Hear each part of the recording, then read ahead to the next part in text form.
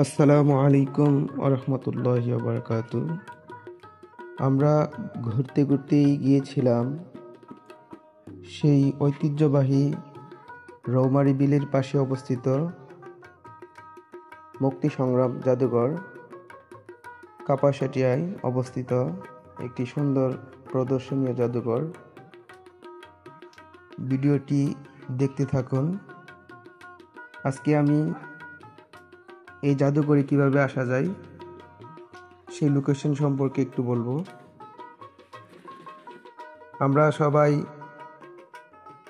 চিনে থাকি এবং জানি আনারবাড়ি ঘাট থেকে সরাসরি মুক্তি সংগ্রাম জাদুঘরে যাওয়া যায়। আবার আমরা যদি ইচ্ছা করি তাহলে ঐতিহ্যবাহী রৌমারী বিল থেকেও আমরা সরাসরি সেই মুক্তি সংগ্রাম জাদুঘরে যেতে পারি।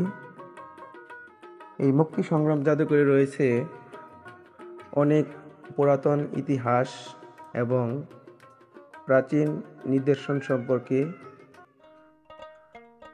দেওয়া আছে সেখানে, এবং এই মুক্তি সংগ্রামের পাশ দিয়েই বয়ে চলেছে একটি সুন্দর রাস্তার দুপাশেই রয়েছে প্রাকৃতিক মনোরম সুন্দর পরিবেশ। আমরা ইচ্ছা করলে এখানে অতি সহজেই আমরা আসতে পারি। আমরা যারা এই জাদুঘর সম্পর্কে জানতে চাই এবং দেখতে চাই, তাহলে আপনারা সবাই চলে আসুন। আমরা এখন মুক্তি সংগ্রাম জাদুঘরের গেট দিয়ে ভিতরে ঢুকতেছি। খুব সুন্দর একটি পরিবেশ, আমরা প্রায় চলে এসেছি। আমি এখানে আংশিক কিছু জিনিস দেখাবো।